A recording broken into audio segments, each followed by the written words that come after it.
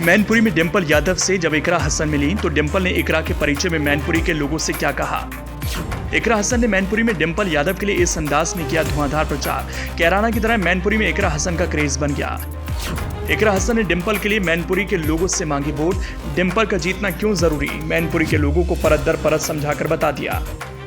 धूम में धूम मचाकर जोश उत्साह के साथ होशो हवास के साथ कैराना में सपा प्रत्याशी इकरा हसन ने अपनी सियासत से विरोधियों के खिलाफ शानदार परफॉर्मेंस दिया तो अब मुलायम फैमिली के खास हो गई। सपा अध्यक्ष अखिलेश यादव का विश्वास इस कदर इकरा हसन पर बढ़ा कि उन्होंने मैनपुरी में सपा प्रत्याशी डिंपल यादव के चुनाव प्रचार अभियान में साथ देने के लिए बुला लिया।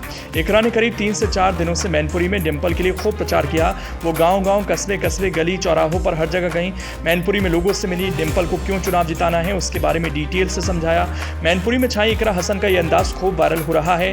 यही वजह है जब नुक्कड़ सभा में इकरा हसन मैनपुरी में सपा प्रत्याशी डिंपल के साथ आई तो डिंपल ने खुद से पहल करते हुए इकरा हसन का परिचय लोगों से कराया।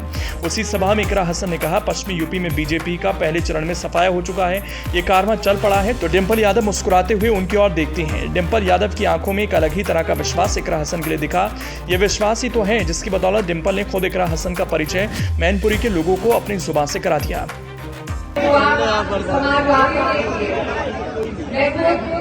समाजवादी पार्टी प्रत्याशी कैराना से और 3-4 दिन से आपके बीच में यहाँ दिख रहे हैं। मैं आपको यही बताना चाहती हूँ कि पश्चिम से पहले चरण में जो समाजवादी पार्टी के नेता हैं वो इतनी मजबूत है कि हम पश्चिम से भाजपा का सफाया करने जा रहे हैं और आपको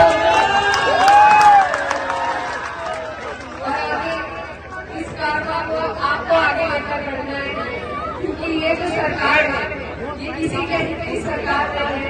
नौजवानों की, किसानों की, गाँव की, उन्होंने बार बार उदाहरण देकर पेश किया है कि ये हमारे लिए कुछ बेहतर नहीं सोचते।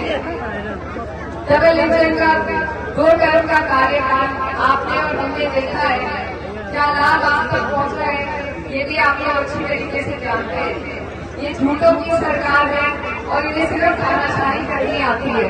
तो ये वक्त है, ये मौका है कि आप और मिलकर इस सरकार को हटाए, पूरे देश में बदलाव लाए और उसी के लिए आज आपके बीच में आए हैं।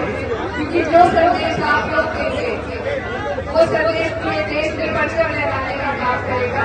तो आने वाली 7 तारीख में और आप लोग सौंपने के साथ ये आपके बीच में इतनी सौम्य और सबको साथ और सबको सम्मान देने वाले प्रत्याशी हमारी भारी आपके यहाँ से चुनाव लड़ रही है। तो मेरी तो साथ सबसे यही अपील है कि आप लोग आने वाली 7 तारीख को जितने वोटों से आपने पहले यहाँ से चुनाव जिताया था उससे डबल चुनाव वोटों से चुनाव जिताकर जीतने का काम करें। बहुत बहुत इकरा हसन ने बता दिया क्यों साइकिल यूपी में तेज रफ्तार के साथ दौड़नी चाहिए।